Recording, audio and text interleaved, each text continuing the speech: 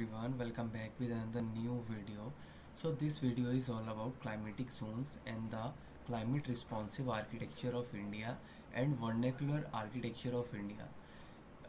Basically ये one of the most important से भी ज़्यादा, शायद सबसे ज़्यादा इम्पॉर्टेंट टॉपिक्स में से एक हो टॉपिक है ये, क्योंकि ये टॉपिक आपका ऐसा टॉपिक है जो आपके आर्किटेक्चर नॉलेज का बेस यही टॉपिक बनाता है। आपको बहुत सारी बेसिक अंडरस्टैंडिंग देता है आर्किटेक्चर के बारे में। अगर ये टॉपिक आपका क्लियर रहता है तो डेफिनेटली आप आर्किटेक्चर में बहुत ज़्यादा ग्रो करते हो अपने डिज़ाइन वाइज या फिर अपने परफॉर्मेंस वाइज। सो इस टॉपिक की अगर बात करें तो ये टॉपिक JEE-BR के एग्जामिनेशन में इतना इंपॉर्टेंट टॉपिक रहता है कि इससे अगर आप किसी भी ईयर का क्वेश्चन पेपर उठा के देख लो तो ये तो आपको 2 से 3 से लेके 4 क्वेश्चंस तक भी इवन आपको इन टॉपिक से देखने को मिल जाता है। 4 क्वेश्चन का मतलब है सीधा सीधा 16 मार्क्स। तो आप सोच सकते हो कि कितना इंपॉर्टेंट, कितना ज़्यादा वेटेज रखता है ये टॉपिक। तो हम इस टॉपिक से रिलेटेड कुछ बहुत मोस्ट इंपॉर्टेंट क्वेश्चंस डिस्कस करने वाले हैं इस वीडियो में, और मैं कोशिश करूँगा कि आपको इस वीडियो के लास्ट तक जाते जाते वर्नेकुलर आर्किटेक्चर, इंडिया के जो मोस्ट फेमस वर्नेकुलर आर्किटेक्चर है उनके बारे में ज़रूर बहुत सारी चीज़ें पता चल जाए, और हमारे डिफरेंट इंडिया के रीजन में जो आर्किटेक्चर है वो किस तरह से क्लाइमेट को रिस्पॉन्ड करता है। इसीलिए हम बात कर रहे हैं climate responsive architecture. So one by one हम स्टार्ट करते हैं। आप वीडियो को लास्ट तक ज़रूर देखना, ये वीडियो आपके बहुत काम की रहने वाली है। So first question is which of the following is not a climatic zone in India? The options are tropical, rainy, dry, temperate, and Arctic climate. So the right answer will be option number D, Arctic climate. Basically अगर आप India के context में देखते हो तो tropical, rainy, dry and temperate ये सारे ही climate आपके इंडिया में लाई करते हैं, बट प्रॉपर आर्कटिक क्लाइमेट जो है इंडिया में लाई नहीं करता है। हम नेक्स्ट क्वेश्चन देखते हैं, question number 2।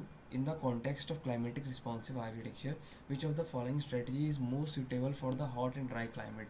The options are extensive use of glass on facade, thick walls and small windows, open floor plans with large windows, high level of insulation.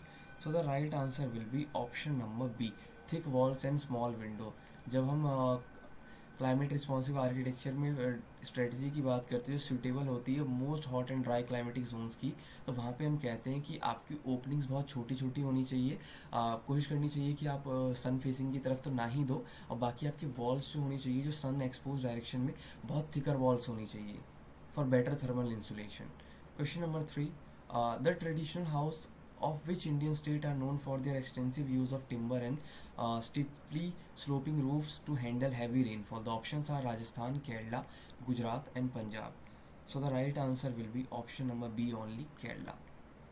Next question देखते हैं, question number 4। Jharokha which are overhanging enclosed balconies are a distinctive feature of the architecture in which Indian state? The options are Rajasthan, Tamil Nadu, West Bengal, Madhya Pradesh. तो the right answer will be option number A, Rajasthan. आपने राजस्थान के architecture में झरोखा feature ज़रूर देखा होगा। So the correct answer will be option number A, Rajasthan. Next question, which of the following is a की feature of vernacular architecture in Himalayan region of India?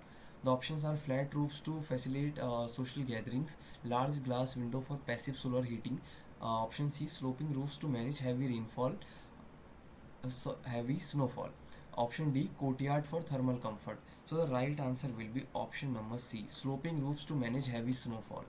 अगर आप flat roof देते हो तो स्नोफॉल वहाँ पे कलेक्ट हो जाएगा और उससे आपकी बिल्डिंग के ऊपर बहुत ज़्यादा लोड पड़ेगा, तो वो आपकी बिल्डिंग के लिए बहुत हार्मफुल हो सकता है। तो इसलिए आपको स्लोपिंग रूफ देना है ताकि आप हैवी स्नोफॉल को जो है मैनेज कर सको और वो उसको सारी स्नोफॉल को वाइप आउट कर सको वहाँ से।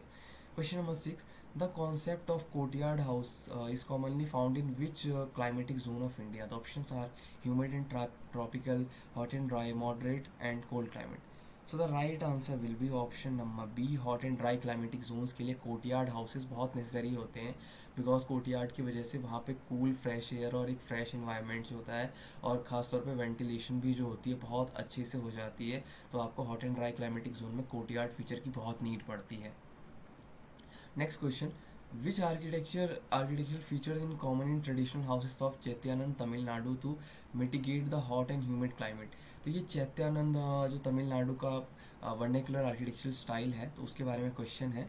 द ऑप्शंस आर हमें यहाँ पे आर्किटेक्चर फीचर बतानी है ट्रेडिशनल हाउस होम की। The options are thick vegetation around the house, large central courtyard, extensive use of blue reflective tiles, high thermal mass walls. So the right answer will be option number B, large central courtyards, जो आप यहाँ पे देख सकते हो, ये इसका common feature है।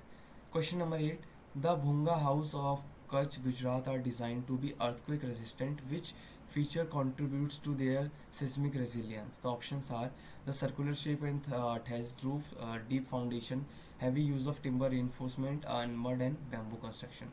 So एक ही ऑप्शन बहुत रेलिवेंट है यहाँ पे, the circular shape and thatched roof. Deep foundation का कुछ भी नहीं है, heavy use of timber reinforcement नहीं है यहाँ पे, mud and bamboo construction, properly आप कह सकते हो मड कंस्ट्रक्शन रिलेटेड तो है बट प्रॉपरली बैम्बू इसमें नहीं है, ठीक है। सो the right answer will be option number A, the circular shape and thatched roof. Question number 9. Which principle of climatic responsive architecture is primarily utilized in the design of Havelis in Rajasthan for cooling purpose? Stack ventilation, solar passive heating, trom walls, and D option earth bombing. So the right answer will be option number A, stack ventilation. Next question देखते हैं हम। Question number 10.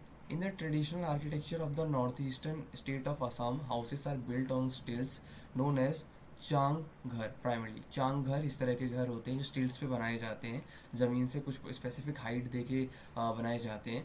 So the options are for what purpose actually इस तरह से बनाए जाते हैं। तो क्वेश्चन यही पूछ रहा है हमसे। The options are protect from wild animals, avoid flood waters, enhance ventilation, all of the above. So the right answer will be option number D, all of the above.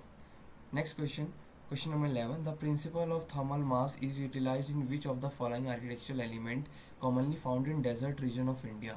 The options are lightweight insulated roofs, jalis, lattice screens, and thick and mud walls, bamboo and mat ceilings. So the right answer will be option number C, thick mud walls. Question number 12, last question. The traditional Paidu system related to housing in some parts of rural India is a method to ensure water harvesting, joint family living, crop rotation and natural cooling. So the right answer will be joint family living जो है traditional पाडो system है ये housing का, ठीक है, rural India का। तो इसमें जॉइंट फैमिली लिविंग से ही एसोसिएटेड है इंश्योर करने के लिए। तो इसी के साथ हमारे क्वेश्चंस खत्म होते हैं और मैं उम्मीद करूंगा आपको ये क्वेश्चंस बहुत अच्छे लगे होंगे। इन क्वेश्चंस में खास तौर पे आपको वर्नाक्युलर आर्किटेक्चर से रिलेटेड काफ़ी इन्फॉर्मेशन मिली होगी।